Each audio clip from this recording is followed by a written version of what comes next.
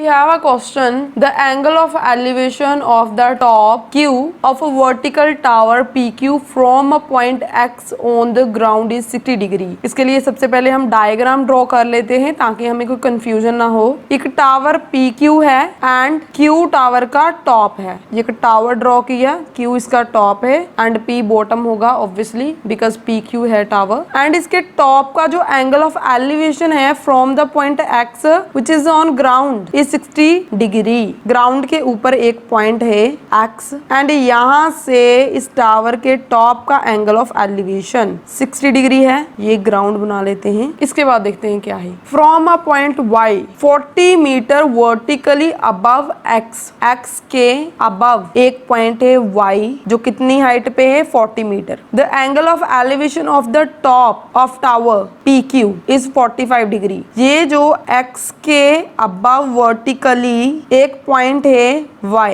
यहाँ से इस top of tower that is Q का एंगल ऑफ एलिवेशन कितना दे रखा है 45 डिग्री। तो यहाँ पर भी एक बेस लाइन ड्रॉ करते हैं एंड दिस इज 45 डिग्री। ये जो बेस लाइन हमने ड्रॉ करी है ये इस ग्राउंड के पैरेलल है। जब भी हमें एंगल ऑफ एलिवेशन या एंगल ऑफ डिप्रेशन ड्रॉ करना होता है तो ग्राउंड के पैरेलल ही लाइन ड्रॉ करी जाती है। Got it. अब आगे देखते हैं क्या है। Find the height of the tower PQ। Okay, ये हमें कंप्लीट हाइट फाइंड आउट करनी है and the distance PX and ये डिस्टेंस PX भी हमें फाइंड आउट करना है।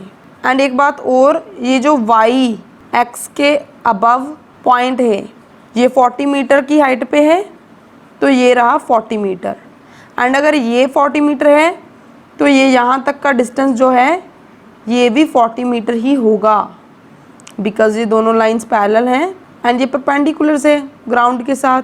तो ये डिस्टेंस तो सेम ही होने वाले हैं ना, चाहे कहीं से भी मेज़र कर लो, चाहे X से कर लो, P से कर लो।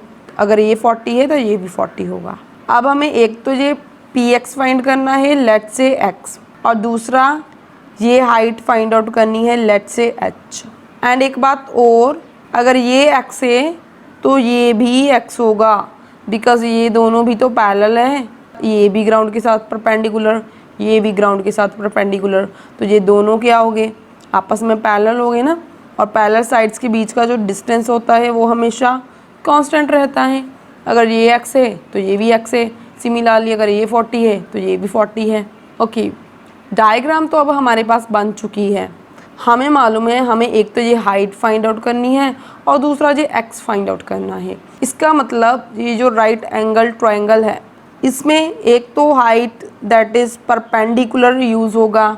देखो मैंने बताया था ना कि एंगल के ऑपोजिट वाली साइड को हम परपेंडिकुलर बोलते हैं। तो यहाँ पर एंगल के ऑपोजिट यही आ रहा है तो इस साइड परपेंडिकुलर है एंड एंगल के एडजेसेंट वाली साइड को बेस बोलते हैं तो ये बेस है। इस ट्रायंगल में भी परपेंडिकुलर एंड बेस की बात हो रही है। अगर इस छोटे वाली ट्रायंगल को देखो तो इसमें भी बेस और परपेंडिकुलर की बात ही हो रही है बिकॉज इस पूरी हाइट में ये लाइन सेगमेंट एंड ये लाइन सेगमेंट दोनों आ रहे हैं। तो ये हाइट हम लेंगे इस छोटी ट्रायंगल में। अब देखो अगर ये कंप्लीट हाइट H है एंड ये वाला लाइन सेगमेंट 40 है तो ये वाला कितना होगा। H में से 40 को माइनस कर देते हैं। H में से 40 को माइनस किया तो यही बचा। Got it. अब हम क्या करेंगे, ट्रिग्नोमेट्रिक रेशियोज को यूज़ करके H एंड बेस की वैल्यू निकालेंगे। एंड हमें ट्रिग्नोमेट्रिक रेशियो कौन सी यूज़ करनी है जिसमें परपेंडिकुलर एंड बेस हो। हमारे पास कौन सी होती है ट्रिग्नोमेट्रिक रेशियोज, पंडित, बद्री, प्रसाद, हर हर बोले, सोना चांदी तोले। ये इसे याद करने की ट्रिक है। तो अब देखो किसमें परपेंडिकुलर और बेस आ रहा है, ये tan थीटा ही है जिसमें परपेंडिकुलर और बेस एक साथ आ रहे हैं। बाकियों में तो हाइपोटेन्यूज आ रहा है एंड यहाँ पर हमें हाइपोटेन्यूज की कोई ज़रूरत नहीं है तो हम ये वाली रेशियो यूज़ करेंगे। फर्स्ट ऑफ ऑल हम ये वाली ट्रायंगल लेते हैं QPX। In triangle QPX tan theta equals to P/B that is perpendicular over base. इस बड़ी वाली ट्रायंगल में एंगल कितना है 60 degree. tan 60 degree equals to perpendicular क्या है h एंड बेस क्या है x। tan 60 की वैल्यू क्या होती है square root 3 equals to h over x। तो यहाँ से इन दोनों में से किसी एक की वैल्यू निकाल लेते हैं, x को लेफ्ट हैंड साइड शिफ्ट कर देते हैं, तो यहाँ पर अगर ये डिवाइड का है तो दूसरी साइड जाकर मल्टीप्लाई का हो जाएगा equals to h। Let's say equation number 1। अब सेकेंड ट्रायंगल ये वाली है, अब हम इस ट्रायंगल को लेते हैं क्यू वाई, इस पॉइंट को लेट्स से D।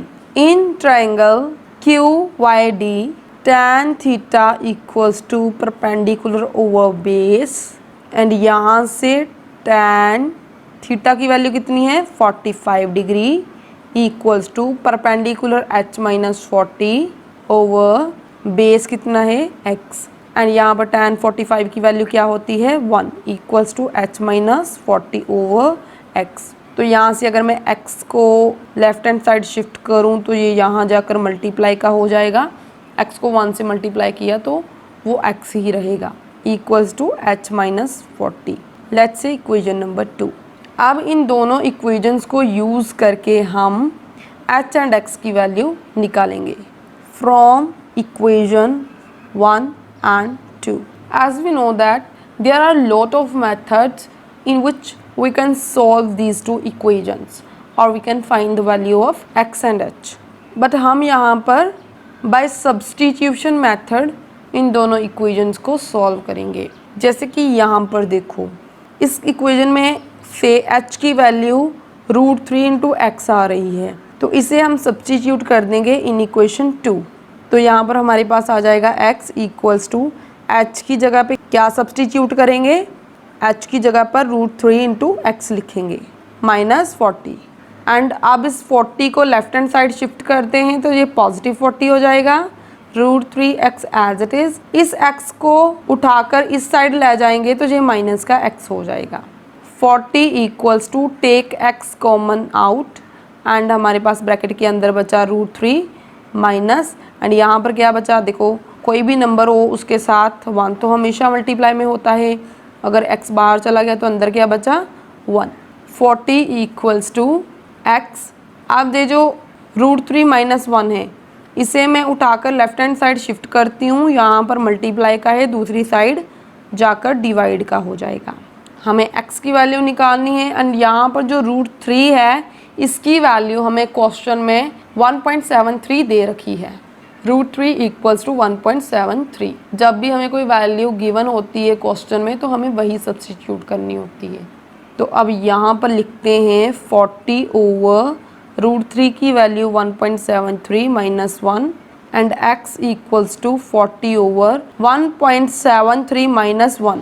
हमारे पास 0.73 आ जाएगा। कैसे आएगा, 1.73 हमें मालूम है हमेशा पॉइंट के नीचे पॉइंट रखना होता है, तो ये 1 के बाद में हम पॉइंट लगा सकते हैं, पहले नहीं लगा सकते। पॉइंट यहाँ पर 0 0 प्लेस कर दो, 3 7 पॉइंट 1 माइनस 1 0।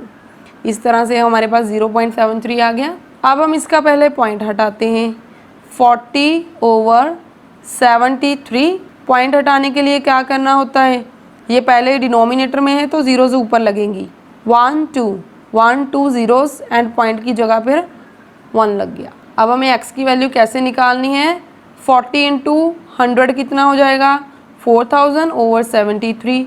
अब इसे डिवाइड करेंगे, 4000 डिवाइडेड बाय 73। अब देखो ये तो 40 है, 73 को 40 के नीचे तो नहीं लिख सकते, मैं इस 400 को कंसीडर करूँगी एंड 73 का टेबल देखेंगे कि इसके नीचे छोटा नंबर कौन सा आएगा। तो इसे डिवाइड करने के बाद अप्रोक्सीमेटली हमारे पास 54.7 आ रहा है। अभी भी रिमाइंडर है बट हम फर्दर नहीं करेंगे इसको एंड हम यहाँ पर x की वैल्यू लिखेंगे अप्रोक्सीमेटली 54.7। ये वैल्यू अप्रोक्स है एंड ये किसकी वैल्यू है, xp की, डिस्टेंस px की। तो यहाँ पर हम लिख सकते हैं distance px equals to 54.7 metre, because ये हमें मीटर्स में दे रखा है। ओके और क्या हमें फाइंड आउट करना था, h की वैल्यू, राइट। अब यहाँ से x की वैल्यू फिल करके h की वैल्यू निकाल सकते हैं। तो यहाँ पर लिखते हैं from equation 1 h equals to square root 3 into X की वैल्यू कितनी आ रही है हमारे पास 54.7 एंड यहाँ पर स्क्वायर रूट 3 की वैल्यू कितनी गिवन है क्वेश्चन में हमें 1.73 इंटू 54.7। इन दोनों को मल्टीप्लाई कर देते हैं 1 2 3 छोड़ के पॉइंट है तो 1 2 3, तो h की वैल्यू हमारे पास आ रही है 94.631 एंड h क्या है हमारे पास हाइट ऑफ टावर, तो यहाँ पर लिखेंगे height of tower equals to 94.631 metre. ये दोनों वैल्यूज़ अप्रॉक्स हैं।